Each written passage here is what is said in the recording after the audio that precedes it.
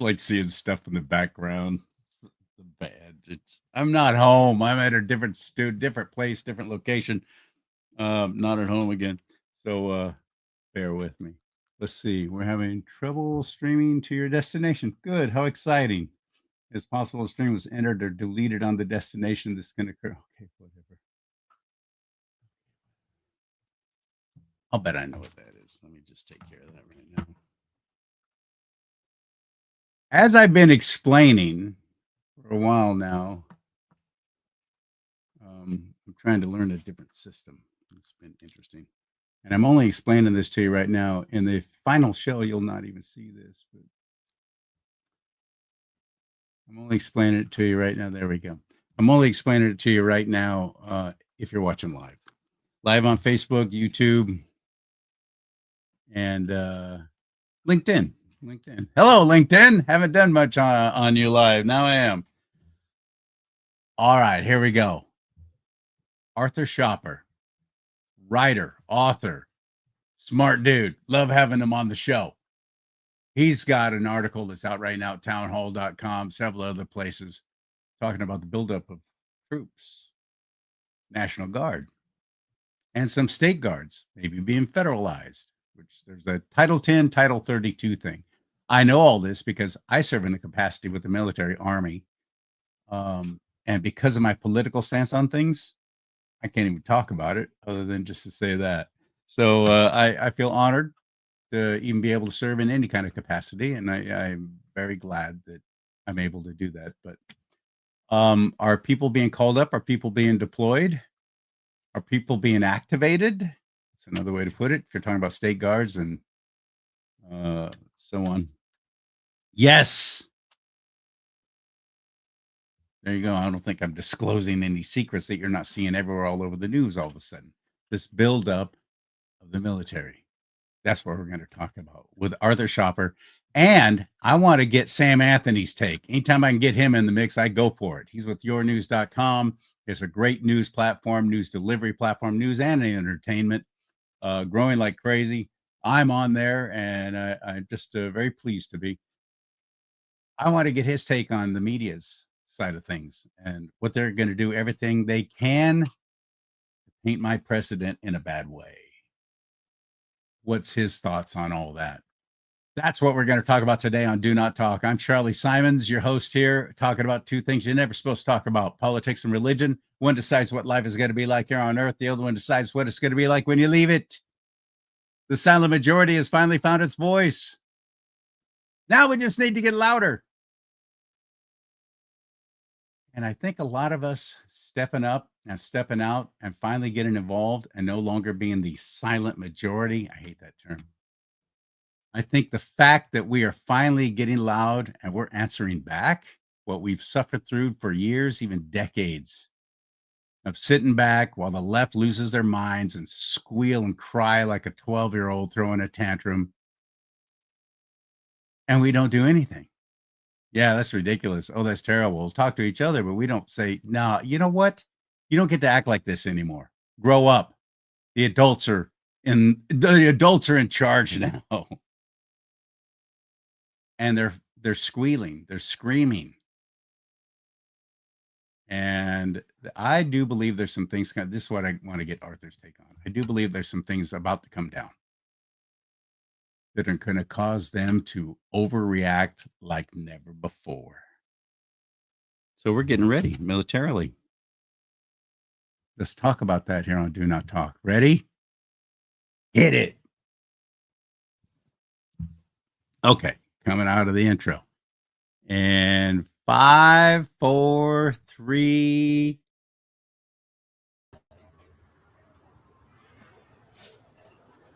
Arthur, welcome back to the show. Sam Anthony, hello, my friend. How you doing, Charlie? Thanks, Charlie, for having me back. I appreciate it. Oh, anytime. Tell us, first of all, right out of the gate, your article about the buildup of troops, National Guard in particular. What's going on? Yeah, my latest article on townhall.com was Crackdown and Cleanup in D.C.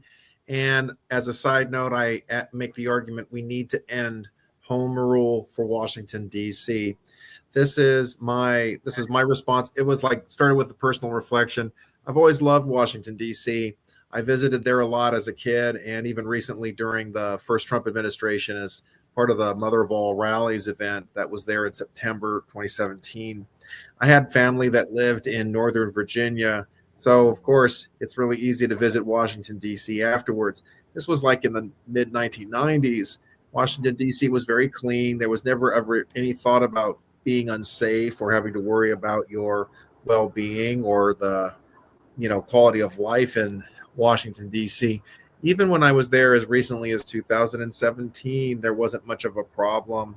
I mean, I didn't walk around at night except from, I was staying, a friend had invited us over.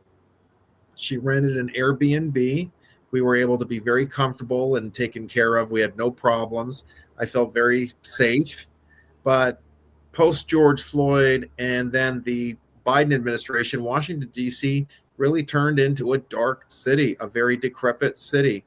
I say maybe they should call it D.C. should be short for don't come. It was Don't so come. unsafe. Exactly. I mean, it's just it's a horrible indictment. I mean, it is a travesty. This is our federal capital. This is a city that is the face. It's the first impression for foreign dignitaries, for the international press. And to see DC turn into a dark city with a higher crime rate than third world national capitals is an embarrassment. And President Trump finally took the bull by the horns and commissioned the National Guard. And I was really disgusted with the sharp, unpleasant response to this, not just from people on the left, but you still have never Trumpers or moderates on the right, or Republicans who, oh my gosh, President Trump is starting to act more dictatorial. He is becoming more authoritarian. And no, he is fully within his right to call up the National Guard and to federalize the DC Police Department. He has the authority to do this. It is true. Congress passed a Home Rule Act in 1973, which allows for the residents of Washington, D.C. to elect their own city council, their own mayor. Well, what have we seen now for the last 50-some years? The city has been nothing but in decay, in corruption, and now decomposition. You have an all-Democrat city council. You have there's never been a Republican mayor in Washington, D.C. The last time there was a Republican city council was a councilwoman in 2009. And even then, those Republicans were very liberal. The city is 95% Democrat. It is worse than San Francisco. Nancy Pelosi would face a challenge for not being left-wing enough. That's how bad Washington, D.C. is. And as a result, I mean, it is just stunning the disgusting things that the Washington, D.C. City Council was spending its time and energy on.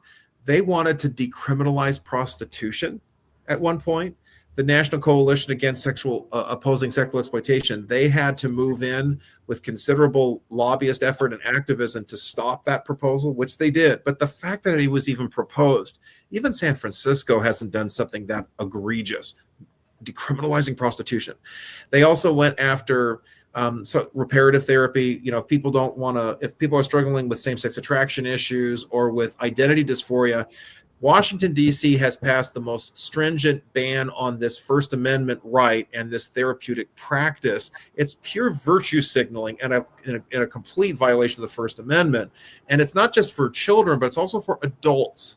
So I predict that this will be struck down by an upcoming Supreme Court decision. I'm just showing you the wide range of how out of step and how corrupt and anti-constitutional the D.C. government is. And then, of course, they had a crime reform package, which basically decriminalized a whole host of offenses. You've had rising carjackings, murder rates. It was so bad, and I write about this. You had congressmen like Angie Craig and Henry Cuellar, both Democrats, by the way, and they were assaulted or carjacked in Washington, D.C. I mean, this is obscene. These are elected officials being targeted and harassed, and we have congressional staffers who have been murdered, killed on the streets by thugs. I mean, this is unconscionable. And President Trump stepped up and he did the right thing. And I'm glad he did it. But I think that and I hope that we spend more, we have a broader discussion on this. There's the larger implications. Do we want the president to be able to summon National Guard to go anywhere in the country? Can he do it? Should he do it? Is this a long-term viable strategy? We just read today, President Trump took over Union Station, which he also has the authority to do. The authority was given over to a nonprofit, supposedly nonprofit, a transportation authority that's connected with Amtrak, but it's just turned into a mess. So President Trump took it over again, which he has the authority to do. So there's a lot to unpack here. There's a lot to think about for the future. Well, Sam, on the media side of things, in D.C., District of Columbia, not an actual state of the United States of America, and I would love to get your input on both of you on whether that's viable and it should even continue that way. But the media is so isolated there, and they have gotten away with just convincing the people who live there in that area that everything's fine here, nothing to see, move along. Haven't they? I doubt that. I think the people that live there know what's going on. It's for the rest of the world to tell you how good this one. I do have a question though. Trump could take over and federalize the police in DC. Could he do that in Chicago or LA? I don't think so. No, he does not have the authority to do that. That is an excellent question. He can federalize the National Guard. He has that authority. But the police, that is a state authority. And that's a question I have to look into. Does the governor of the state have the authority to step in and start directing police departments? That's a question I don't have an answer for. I'm going to presume no. I think that, like in California, I know that there are emergency powers authorized in the state constitution. The sheriff of Los Angeles County has broad authority in times of crisis. He supervises the other sheriffs in Southern California, for example. But we have the sheriff. And that is a legal authority, a constitutional authority, which the governor cannot supersede or undermine. Thank God. I mean, when we were all fighting the health mandates, we had brave, sheriffs with integrity like Chad Bianco. We had even Sheriff Villanueva in Los Angeles County when he was the sheriff at the time. He said, "I'm not enforcing this." He had the authority to say no. He's a constitutional officer. He doesn't answer to the governor. He answers to the people. So he can't federalize the police. The president cannot federalize the police in any other jurisdiction, but the National Guard, yes, he can. And if it's okay to go into that portion of the discussion briefly, I definitely want to hear the point about the news response. The president does have the authority on a temporary basis, I've just looked this up, to federalize the National Guard to restore order, to keep the peace. But that power being extended depends on Congress. They have to reauthorize it. Now, Trump could really play his cards well by bringing the troops in, federalize the National Guard in Chicago, which is notoriously, crime-ridden. It is just total chaos. War zone every weekend. It is a war zone, and I agree with you, Sam. The people in these communities want Trump to come in. They want the National Guard to restore order. Everybody in D.C. loves it. High approval ratings. 81%. Yeah, I've been seeing some of those. This is literally another 80-20 issue where Trump has the 80% part, and the Democrats with their Trump derangement syndrome are embracing the 20%. Oh, everything's fine. Nobody cares about crime. Nobody cares about. There was a member of the Democratic National Committee at their latest meeting who she literally said, "Oh, this is just a talking point. Nobody really cares about crime. Nobody's worried about carjackings." This is how insanely out of touch or out of honesty that the DNC has become, and Trump has just seized on this issue so perfectly. Yeah, no question. He can do this in Chicago, lets the troops in, and then he can put the onus on Congress where the Republicans will totally back him up. And then the Democrats are going to have a really tough decision to make. Are they going to be pro-criminal and make it easy to run on Democrats are pro-crime, your neighborhoods are not safe because of them? Or will they have to acquiesce and vote to allow Trump's authority to continue? And then it will anger their base. So this is just a win-win-win for Trump. And I hope he takes advantage of it. I think Chicago should be the target, not New York. I just read an article in the New York Post. New York City has improved Eric Adams is an improvement, not a great improvement. No, I still think there should be I some agree. discussion. Okay. Yes, I agree. It is better. Eric Adams was a police officer. He ran on a very strong pro-police platform, respecting law enforcement. Yeah. He has taken a stand against the migrant crisis that was overwhelming the city. He has criticized the George Soros prosecutors that were elected in Manhattan and in other parts of the city too. But Chicago should be the easy target. And, Illinois is not that far from flipping. It's about a 10-point difference. So enough Chicago residents, if you got 30 or 40% of Chicagoans voting for a Republican in 28, the state would go red. But again, that's a high bar right there for Chicago because it's such a blue city. Completely. I grew up there. So, my whole family were Democrats until the Democrats turned into communists, and then they all flipped to Republican. Right. So, right. Yeah. So look, I'd be happy if he went into Chicago, but I didn't know if he could federalize the police. So now that we know that, he can send in the National Guard. Well, the National Guard, just having military officers with M16s sitting around on the corners pretty much deters everything. So that's going to drop crime to an all-time low. The moment they leave, it will all start back up. So here's my prediction on this. Wow. The Democrats are all in on crime. Anything that Trump's for, they're against. It doesn't matter. Okay. If Trump finds a cure for cancer, for anything, they're going to be against it because the people need to die. Okay. Whatever it is, it's the opposite. Excuse me. So I agree with you. I think this is a grand slam for him. I'm going to go so far as to say after the midterms, I think they're going to get annihilated. Absolutely annihilated. Also, you really do. Oh God, this won't even be close. This is going to be an abortion of epic proportion for the Democrats. I think they're going to get annihilated. Not only that, I don't really see him even being in another election because I think at that stage of the game, remember you got 2 years before the midterms, right? We were 2 years. Okay. So in the next 2 years, they're doing a completely different census. They're getting rid of the illegals. They're also going to be beefing up security on all these voting places. So you're not going to be able to cheat. They're going to rule out the mail-in ballots, right? How many seats are they going to lose? You probably know this answer better than us. When they not redistrict, but when they do the census and they get rid of all the illegals, they're anticipating X amount of. So it's basically over. And now, did you see that the Democrats are having a problem raising capital because they first have to pay off all the debts that Kamala had, right? So imagine going out and going, okay, now the money you're giving doesn't go to me. It goes to the networks or whoever we owe money to. But after that, we'll be good. Okay, so you got to pay for all this stuff. And people are going, no, I don't want to write a check for that. Thank you. Let me know if somebody else writes the check and then maybe I'll fund you. So they got huge problems. I don't see it getting any better. I really believe that whole party is going to dismantle itself because everything they stand for, only a very small amount of people actually are interested in that. And I'll give you a perfect example.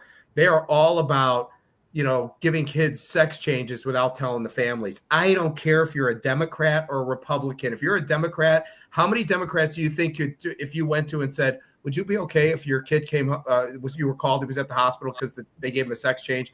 You would get 0 people saying yes. No, nobody would. And the point is that's the party you're backing. Yeah. So no, I don't really see him. If they were to stay around, it's all a facade. It's not real. And it has to be because you're going to need more voting machines that you can cheat because nobody stands for what they stand for except like 9 people. That's it. So, yeah, I think it's over. I really do. Also, the legacy media, we all know that's gone. Not because of lying, because the younger generation just doesn't consume information that way. So they're basically screwed there too. So you got the White House obviously is controlled by Republicans. You got the state Senate or the Congress and the Senate that's controlled by Republicans. Barely. The next thing, so more to what I do because I do daily news. I do it in every city in the United States, and I'm expanding my base and getting bigger and bigger and bigger. So what'll replace it will be what I do. Would be a hyper-local news platform where the public can contribute to the narrative along with a monetization model like YouTube. This is where everything's headed. So I'm not interested in controlling the narrative. I'm interested in allowing the people, a people-powered press, where the people decide what's important to them. Have you seen the videos of the people protesting what's going on in DC? There's no young people out there. They're all a bunch of stupid, old, ridiculous, go away already baby boomer hippies. I call them hippie boomers. That's precisely what they are, because I don't think it's fair. I don't know if you two gentlemen are baby boomers, if you're in that category, and I don't think you should be, should be lumped into that at all. I self-identify as Generation X. Okay. Donald Trump is a baby boomer, and he's doing great things. He's doing restorative things for this country. So I always differentiate hippie boomers. I literally saw a hippie at a Culver City No Kings, literally dressed up from the 1960s. They live in the past. They live in this utopia where they were going to unleash all this cultural Marxism, that it was going to phase out all the distinctions. There'd be no more discrimination. There'd be nothing but peace and love and harmony. And imagine there's no heaven. It's easy if you try. That's exactly it. It's, us, above us only sky. Yeah. That's it. John Lennon, that he was God. Although at the end of his life, he ended up repudiating his own song, realizing that's a bunch of nonsense. And so they are still living. They want to push that ideology. They can't handle the fact that the cultural power they've had is now in disarray. They are losing that authority, just as they're losing the universities. They're no longer powerful. The corporate media is gone out of, is gone out of style. Nobody cares anymore.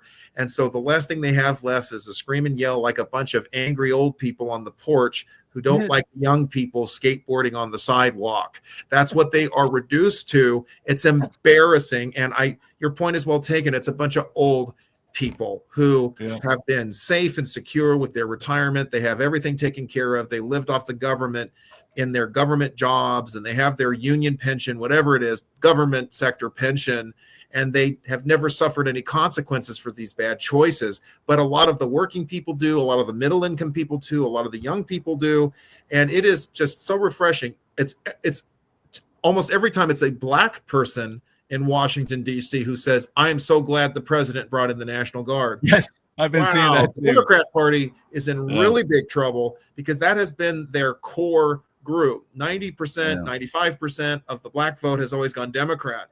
People have run the numbers. If it goes down to 70%, that's still really high. That's still, my goodness, 70%. But if it went as low as 70%, the Democratic Party is dead, because they don't have enough to compensate for that in the other voter demographics. That's why they've been importing voters from, over the borders. They've been importing voters. They're not undocumented workers or undocumented Democrats. That's right. And I wanted to add to the point that it would be such a political win for the Republicans going into 26, campaigning on we're the ones promoting public safety. The Democrats voted against it. This can also buttress. I think there's going to be some cultural issues that will come into contention with the Supreme Court. I want the Supreme Court, to strike down the same-sex marriage decision. That might have a backlash the way the abortion issue did. I do recognize that. Democrats got a boost when Roe versus Wade was overturned. It only lasted one cycle. It was still there. We don't want them to have another boost when we're trying to, shape the culture back to normal. So there might be that cultural push. And to this day, Democrats still score much higher on abortion. That is a fact. And fine, they can keep that, because Republicans can make up for that on immigration, public safety, civil rights, freedom of speech, etc. So focusing on public safety, improving the public safety can make up the margins compared to a lot of like white liberal hippie boomers, Karens who want to vote Democrat because they want to kill babies. But you have all these working class votes, you have the common sense conservatives, and you have the independents who just want to live their lives in peace, can more than compensate for all that, especially on this public safety issue. One thing that I do think we need to be mindful of going forward. Okay, President Trump brought up the National Guard in D.C. This is excellent. Unfortunately, and President Trump is holding himself to it, he's not going to serve another term. What is going to be the long-term solution here? We've got to start talking about that. So with Washington, that's what I wanted to bring up. I think I know where you're heading. Tell me if I'm wrong. Sam and Arthur's latest article, I was fascinated with something he wrote, and I was like, damn, this makes sense. he's absolutely right. That is, why is DC separate from the rest of the nation? Why are they even paying taxes? Why are they having representation when it's not an actual state? He brought us some amazing points. Listen to this. Go ahead, Arthur. Yeah, so, going back to the 1973 issue, I mean, from the very beginning, this was fascinating. I didn't know this until recently myself, just, writing the article. But Washington, D.C. didn't have a city council, and the mayor was appointed by the president. It's supposed to be a federal district. Think about it. They have any resident in that square mile or 2 miles, whatever the size is, they automatically have undue influence. They live literally on the doorstep of our government. So it's appropriate to say, fine, you want to live in DC, you don't get to vote. Okay, you can live in DC, you can lobby for interest, but you don't get to vote. So you don't get to vote for a city council, you don't get to vote for mayor. And it's very silly. Right now, they have a delegate. It's Eleanor Norton or Robinson. I can't remember her name right now. She's 88 years old.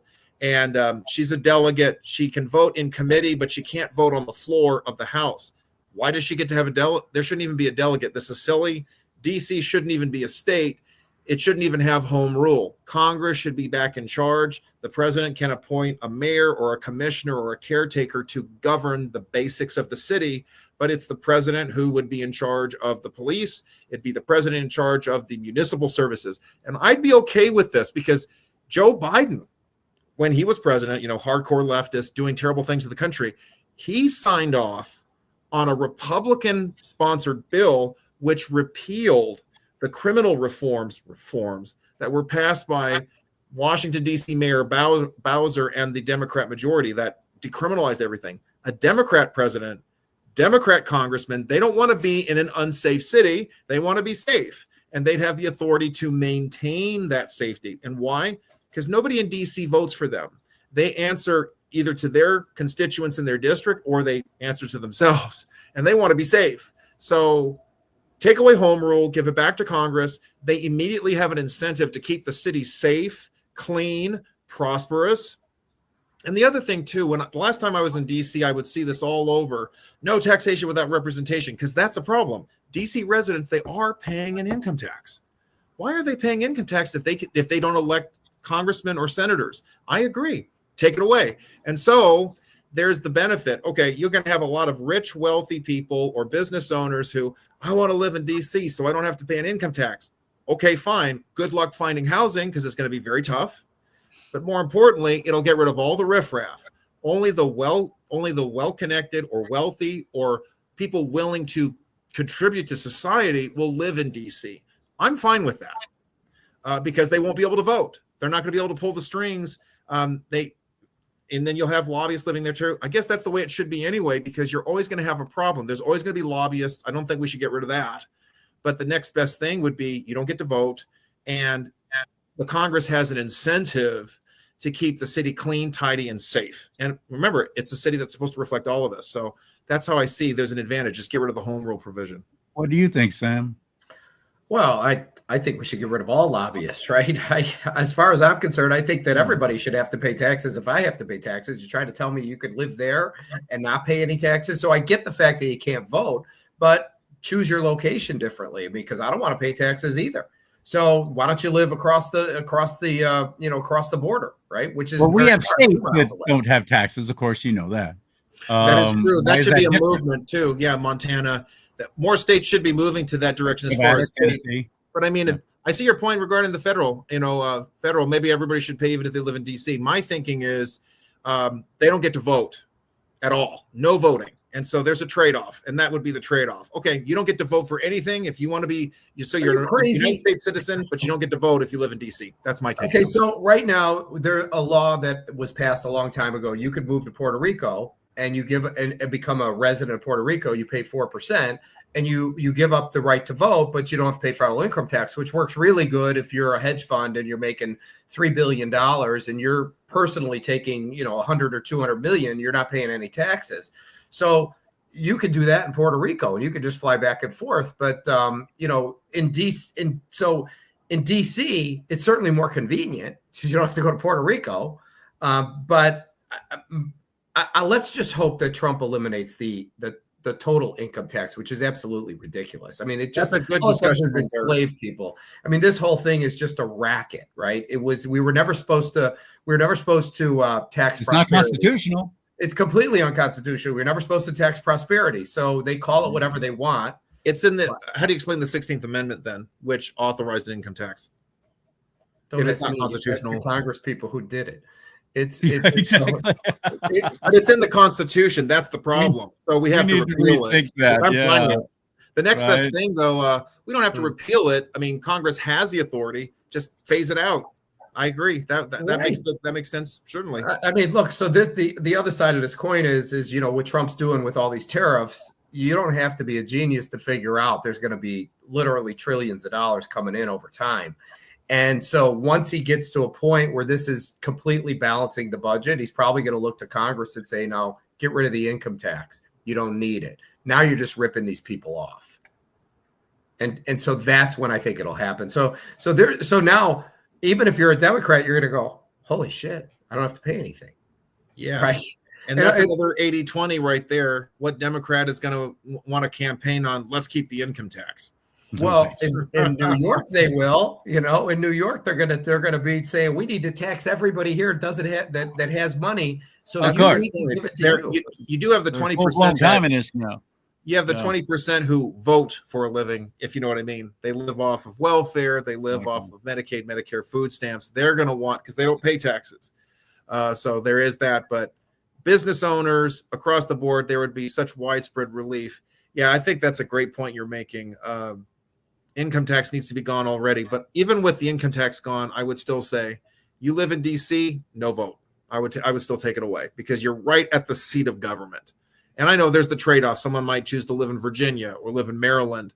But my response is that the property values would be so high, it'd be very, very difficult. And I'm okay with that. And the media, what would be the media spin, Sam? Oh, yeah. Oh, they're trying to disenfranchise the black population. I'm assuming you're talking about, what the media spin is going to be like here in Florida. DeSantis wants to eliminate, your house tax, right? Your property taxes.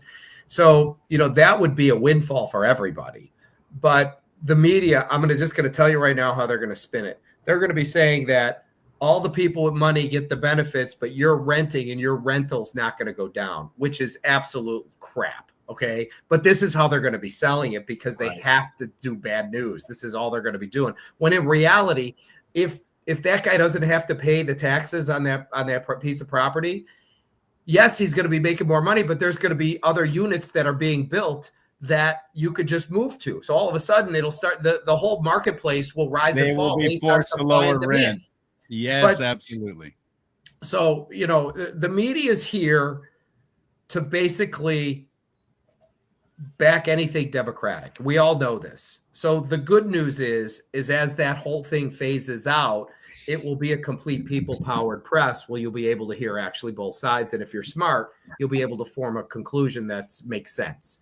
That's what it really comes down to. We live in a world where we had centralized news forever. And now due to the internet, I mean, so, you're only as good as the information you're getting. I mean, I have neighbors that are in their 80s that think Trump is actually a Russian agent. Him and Putin get together all the time because CNN tells you that. I mean, they're best buddies. I mean, he's over at the White House. He flies in and he parachutes in and nobody knows it in the middle of the night, so it's just the way it is. You can't, if they're not open to other information and they don't really seek out other information because they really don't have access to it, you're only as good as the information you're getting. So over time, none of that stuff's going to exist. And so the only thing left is going to be you. It's going to be you, Charlie. It's going to be the million people out there that are all content creators that are coming up with various perspectives, and each local community is going to be, the news is going to be shaped by the community residents themselves. That's where it's going to go. So you'll have different perspectives versus just listening to one person, right? That's where it's all going to head. So I think we're in for really good times. I do. And because it's not going to be centrally controlled. It's going to be these boomer hippies are reliving their sweet little Vietnam War college days because of troops. It's all about the troops. It's about anybody in uniform. Well, now we got National Guard troops, and it's my understanding this time they actually have bullets in their guns, who are all over DC saying, yeah, that's right. This is the line in the sand. You're not going to cross it. It ends here. You've had your reign of terror. It's done. Chicago's been a mess for years. So I just really would love. That's what I'm saying. That now it's going on in Chicago, and there's other cities where it's happening. We've already seen a little result of Los Angeles with the riots down there. It quelled the riots, didn't it, though? It was effective, didn't it? It's instantaneous. Anybody listen, I used to go to other countries and, I'd walk around and there'd be guys sitting there, military guys with automatic weapons and not guns. I mean, we're talking machine guns, right? So there's no trouble. There's zero, nothing. Nobody does a thing. Do you happen to know how long Trump can federalize the National Guard? I don't. What I know is it's every 30 days that he has to reauthorize their deployment to Congress.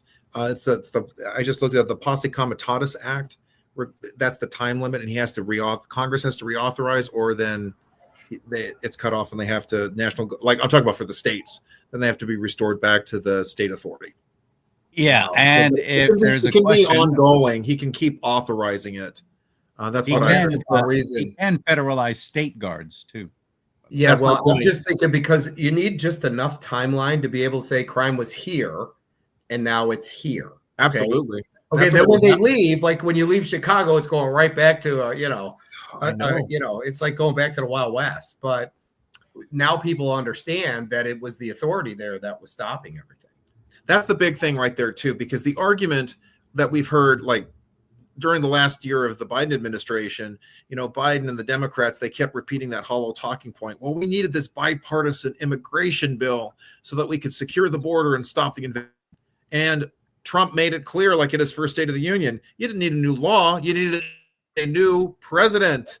And he came in and took care of business. He'll be able to make that same argument. You don't need more money. You just need leadership that will enforce the law and back up the law enforcement officials in those cities. It'll be as clear as day to anybody that Governor Pritzker, Mayor Johnson, this is in Illinois and Chicago, that they're lying, that they want to just cover their asses and just hate Trump for everything, and it will all blow up in his face, in their faces.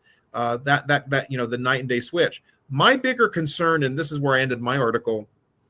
This is the other so Washington, D.C. is an easy problem to solve. Get rid of home rule. And I'm sure there's some bipartisan proposal. Maybe post, 2026, Republicans get a stronger majority and Democrats realize that they're not going to get the majority for a while. They might be able to force it through. They can end home rule. But this is the larger problem where Trump can indirectly take advantage of the PR win. 30 days, maybe 60 90 days tops. Sadly, it won't be able to stay the whole time, of National Guard bringing peace to Chicago. And then the voters will have to wake up and go, we're electing the wrong people. We keep electing these Democrats who don't put our public safety first, who want to, appeal to the illegals and the labor unions and the criminals, and they'll start voting differently. It's happened little by little. I mean, every part of the country moved right, even those big cities. It was stunning. Even here in LA County, was it Joe Biden, I think, won 70-20. Kamala won 60-30. So like a 10% shift in LA County. And I wonder what would happen. I mean, Beverly Hills went red, voted for Trump by majority. That's like hasn't happened in decades. A Republican winning Beverly Hills, for example. I think that kind of a shift. But the point is, voters have to take responsibility. They have to say, wow, I'm voting for the wrong people. I got to vote differently. And that means giving up the handouts, giving up the welfare. Maybe they're just going to have to make abortion. Look, if you want to make abortion or my body, my choice your number one priority, then you're voting for the defund the police communist, because Republicans aren't going to be killing lives inside or outside of the womb. If you want public safety, if you want to make that a priority, then you got to push aside the social stuff. You need to compromise and vote for somebody who's common sense. That's what we need. Voters got to wake up. They have to pay a price. They have to learn a lesson. And God forbid, looking at New York City, I hope they're not foolish enough that they just go along with Mom Donnie because Orange Man bad. They have to make a decision. Do we want safety? Do we want to have our New York character remain in place? Or are they going to put all the crazy communist stuff ahead of basic common sense? It's going to Brother, be you and I are both Californians. I think you know the answer to that. Yes, there are people stupid enough, ridiculous enough, want their little Star Trek utopia, and whatever the government says I'm going for, as long as they're on the left, yes, they will vote for that. Yes. Yes. I don't know. I am slightly more optimistic even for California. Here in LA County, we have a new district attorney. He's an independent. He's not a Democrat, and he's actually cracking down on crime. I mean, it's refreshing. He's better than the two previous district attorneys. He's gone after the street takeovers. He's gone over after the smash and grabs. Getting people to think differently on the partisan aspect, yeah, that's going to take some time. Have they heard enough? I don't know. I think that we'll see. It's easier if a Democrat is termed out and then they say, we got to try something different. Getting rid of an incumbent is certainly a lot harder. I think the next test will be this gerrymandering proposal from Gavin Newsom. Let's see what happens. If it passes, then it does show California hasn't suffered enough if they're still going with Gavin Newsom's lies. So we'll see. Wow. Sam? Look, I mean, I'm of the opinion that that if you're not smart enough to have figured this out by now, I don't think you are ever going to be smart enough to figure it out. I mean, this is just simple stuff, right? I mean, it's common sense. I mean, you know as well as I do, you do not need to put tampons in the men's bathroom. What idiot came up with that? Okay, what idiot? So this is a good use of my tax dollars. I mean, this is what you guys are doing. So, if you're already voting for the people that do that, there is no amount of stupid that you're not going to be able to figure out. I mean, you're just way down the rabbit hole. You're as dumb could be. I don't care how you cut it or slice it. How many men do you know put a tampon in their ass? How many? Oh, man. Okay. I'll tell you how many. None. Okay. They use hamsters. Let's hope none of them do. Oh, brother. But the I would point go is, as far as to say the this. show's taking a turn, a dark turn. I think that, I mean, you saw like the election in 2022. What was his name? Lee Zeldin was very close. I think it was like a 5-point difference. Look at New Jersey. New Jersey, Kamala Harris won New Jersey 51-46. It's never been that close. New Jersey is just moving red like crazy. I think we're going to be very surprised with the gubernatorial election in New Jersey and even in Virginia, because look what but again, that's New Jersey, that's Virginia, that's not Illinois, that's not California. But I think you can laugh at me if you want, but I think Illinois is in a better position to move red than California. I really do. You can laugh if you want, but I just think that it is so bad in Chicago. Black people, they voted for a Republican governor, what was it, like 10 years ago, even though he failed at his job. But there was enough of we can't handle this anymore. Something different has to happen, because here's the firing line is this, like Pacific Palisades, all the houses went up in flames. They suffered directly. They suffered. Their kids suffered. Their livelihood suffered. That's what it takes. You literally have to be mugged by reality. The question is, have enough liberals been mugged by reality in California? Crime has a really good effect on that, making that happen. So we'll see. And again, Trump, starting with his federal takeover of the police force and bringing the National Guard in D.C., can really set up the Republican Party to be that law and order catalyst that will push up the ticket around the country. Because as we all know, the first midterms after an election, the party out of power tends to do well. But with the redistricting, I pray that didn't happen this time. I hope we break that. Trump has broken so many political norms. There are so many political precedents that he has destroyed that I think this is another one that's going to collapse. I think Republicans will gain seats in the House and they will maintain the Senate. They might gain a seat, maybe lose a seat, but they'll hold on to the Senate. So that's going to really put them in a strong place. And like Sam, you were talking about, I don't think the Democratic Party can survive this. That will be a bellwether. If, Orange Man bad doesn't work, they did everything they could. They had all this negative press on him. and it has no effect anymore, and Democrats can't win, wow, I don't see how the political party can survive. I mean, it's just they're dead after There's that. no reason to be there. Why are they there? They're there for money. They want money. It's a total grift. What okay? a funny thing. Republican Party of California, and Charlie can talk about this much better than I could, is totally a grift. There's no real interest in winning. There's no political acumen. That's like what the national second place. This is like the National Democratic Party is turning into like the California Republican Party. They don't win elections. It's all about grift. It's all about paying consultants. It is so stunning to me, the stories you see about the Democrat Party paying off debt, paying off consultants, paying for useless vendors. That's what the California Republican Party is. And now the National Democratic Party is the same thing. It's turning into the same thing. They don't win elections. They don't shift policy. They're not seeing government power as the means of rewarding voters. Boy, thank God for Trump. He's really changed all of that for us. This is really exciting that the Republican Party is actually winning elections and shaping culture. And again, enforcing public safety and restoring it in these blue cities. That is going to be a huge win. Completely. No, because now he's going to expose them for what they really are. All these years you've been voting for these people. I came in and fixed it in 60 days. Done. Now you're good. Oh, if we leave, you're screwed unless you get rid of these people. Make your own choice. If crime is what you want to be mugged when you get out of your car and you get carjacked, these are your people. Stay with them. Okay, well, let's consider this just real quick. Now, I'll let you guys go. And Sam, I'll throw this at you first because I know you and I are about the same age, and you remember the effect of Kent, what happened at Kent State, where the National Guardsmen opened fire on a couple of students there, killed them. Wow. That was a serious breach of any kind of trust that we had as the American people, that our own military would never fire upon civilians. We've always counted that and always learned that and always thought that was going to be the way it was. It wasn't. It changed everything. God forbid something like that happens here. What's the outcome now at this point, Sam?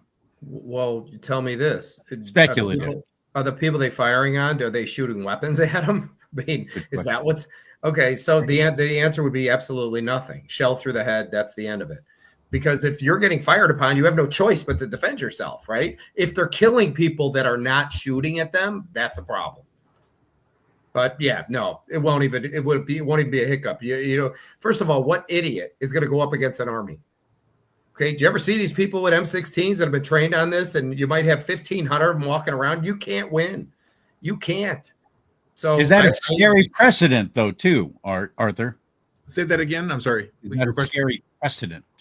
Oh, it is scary. I think that is a legitimate question. This is why I'm glad for the posse comitatus. We don't want any executive being able to just federalize the state National Guard as long as they want. That is not a good thing. I am glad we have that check and balance, and we do need to be careful about that. I will add to the Kent State question. It was 1970 when that happened. You had riotous students who were causing all kinds of trouble. I do believe that it's okay for National Guardsmen, even if it's not, if the guy is throwing a bottle at you or throwing something that can kill you. So it's appropriate if a National Guardsman shoots back. And I just think this is so interesting. So the world, the country, with what technology was like that in 1970, the whole country saw Kent State. And then Richard Nixon won 49 states. They liked it. They were glad he did it. He just 49 states. He's the last president. What a good point. What a good point. People want to see they want to see retribution for evil and disorder and lawlessness. Exactly. And so I think he'll be fine. But Sam's point is very well taken. Innocent people getting shot. We're not having that. This is very serious. And we have to remember our long-term constitutional commitment. We don't want a president who can just snap his fingers and the army does whatever he wants. No, we want to have states being integrated with their own authority. The 10th Amendment still matters, folks. Let's not lose that. That does matter. And it's important for us to make sure that it's we the people and it ends with to the people. That's the Constitution. It's not we the president or we the Congress. Do you guys have time for one more question? Oh, absolutely. A little off topic. President Trump just did an executive order to make it illegal to burn the American flag. Oh, now, wow. I've always been in favor of that, not for the reason you would think. Of course, I'm patriotic. Of course, I admire and respect my flag, and I'm grateful that have been born in the United States of America to be able to have that Constitution. Constitutionally protected, God-given rights. Extraordinary. Nothing else like it in the world. It's never been that way. There's never been another equal. So, yeah, I love my flag. I don't worship it, but I definitely pledge my allegiance to it. I hate, you're not going to burn it in front of me. I'm going to do whatever I can to make sure you're not going to do that. But it's not just for the patriotic aspects of it.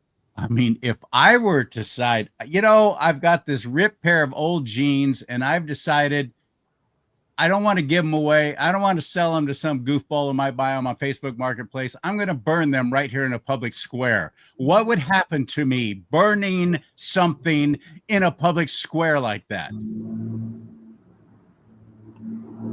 You asking me what's going to happen to you? I am. What would happen to me? I would say you'll probably be removed. I mean, I don't care if you're burning your jeans. I mean, they don't want people burning something in a public square. I mean, the fact. Exactly my point. Yeah. So why is it okay to burn a flag? Why is it okay to burn anything in a public setting like that? And this moron who claimed to be a veteran, the first thing he did when President Trump was announced signed that executive order, burned a freaking flag in front of the White House.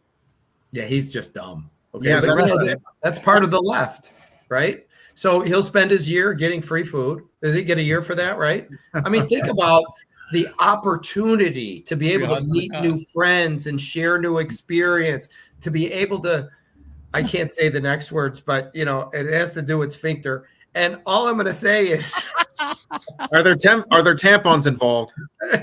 I think it's not even lube. I mean, I think they're screwed. No pun intended. No, pun definitely intended. But you get my point, though. You get my point. The simple fact that there's even a question of it. I can't burn anything else in a public setting like that. I can't decide I want to set it on fire because it's my First Amendment right. No, you don't get to burn a flag in front of people around and everything. It's completely dangerous. Do what you want in your own home. Go ahead, set your place on fire. Just make sure it doesn't go over to the neighbor next to you. Because if so, we're coming after you because you just did a really stupid thing. Did they arrest him for it? What's that? Did they arrest him for it? I don't know. That veteran was arrested. Yes, he was arrested. I don't know if there's been a charge or what the status is on a case, but he certainly was arrested. Yes, they came and took him away. It was a provocation. There's something really important, though. Mark Levin brought this up, and I looked at the executive order. This has to do with burning a flag towards incitement. Now, Supreme Court, Texas versus Johnson, did rule burning a flag as a statement. It is speech. It has to be in a controlled environment. I spoke to a First Amendment attorney about this. You have the flag. You buy the flag. You don't get to rip it off of someone else's building or a government building, obviously, because then it's their property.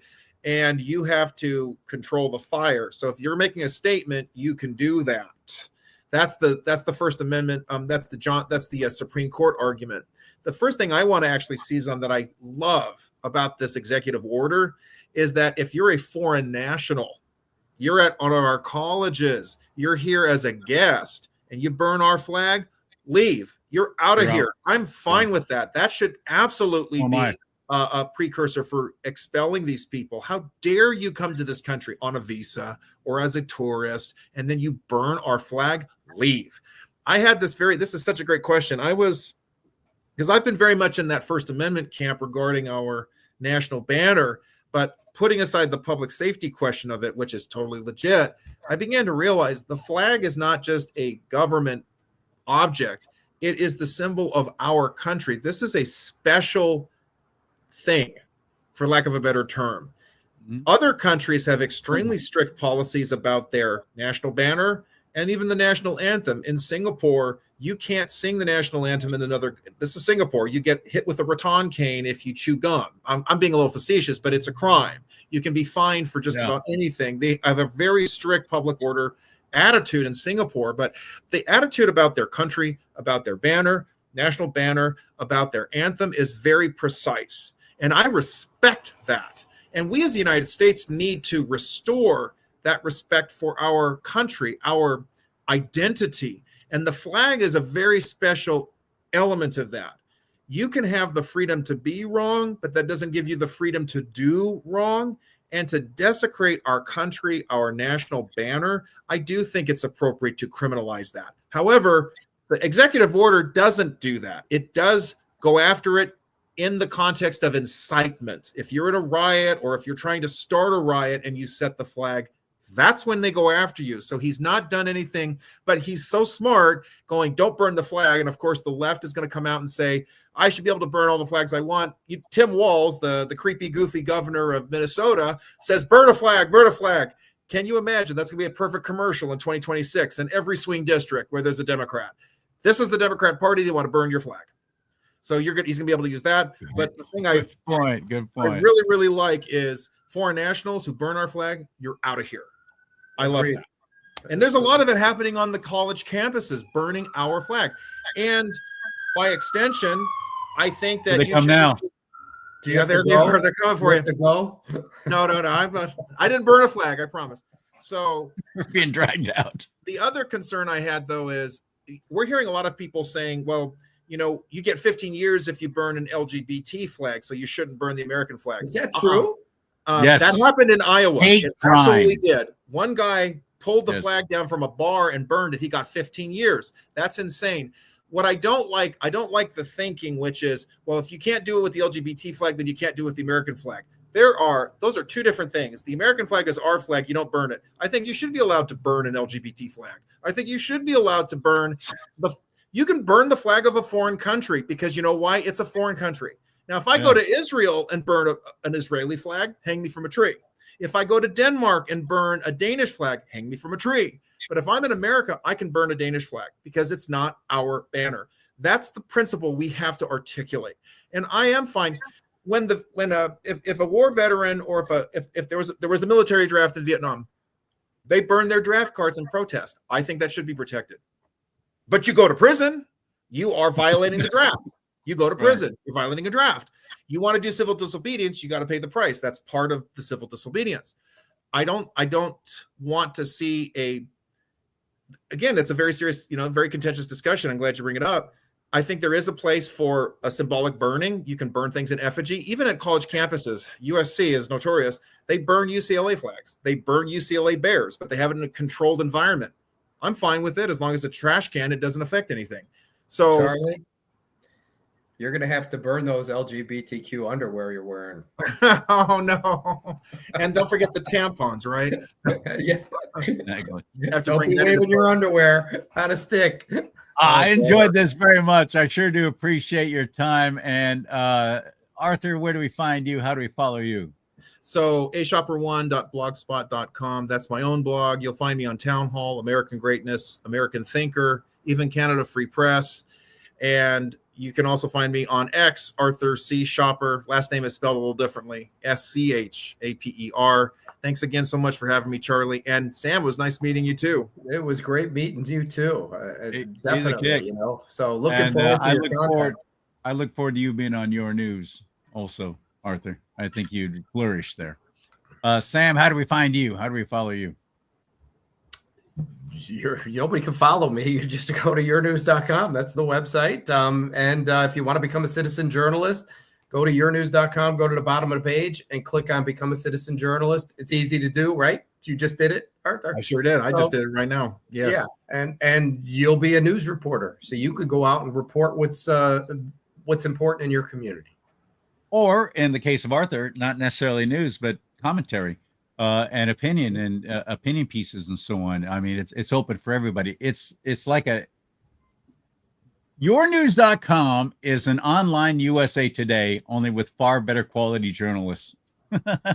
It's the local newspaper. USA Today was supposed to be for everybody, right? All across the country.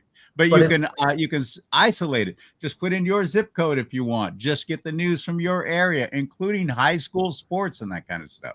Or you want to report on that kind of thing. There you go. I'm on there, but I don't limit it to anybody who can see it because, I'm reaching a bigger audience. But if you want it just to be for your area, you can do that as well. Not only as a journalist or a contributor, but of course, as a follower and a reader. You can do the same thing. So I love it. This is your hometown paper that's nationwide, worldwide. Yournews.com. Thank you, Sam Anthony. Thank you, Arthur Schaper. Yeah, nice to meet you. Absolutely. I enjoyed that very much. They're a lot of fun. Full disclosure, I have a 10-month-old puppy who is already 40-something pounds, and she decided to get a little rambunctious. So if you see my little sign moving in the background, things like that, that's her bumping into the set. And at one point, I had to tell her to get off the table because she was about to bring the whole thing crashing down. I wish I could show her to you. She's just adorable. She's a big old crazy floppy rolling in mud mutt. Just the kind of dog I like. So you want to follow me, you want to help this show out, you can do that at charliesimons.com, CharlieSimons, charliesimons.com. You can contact me there directly. You can even be on the show.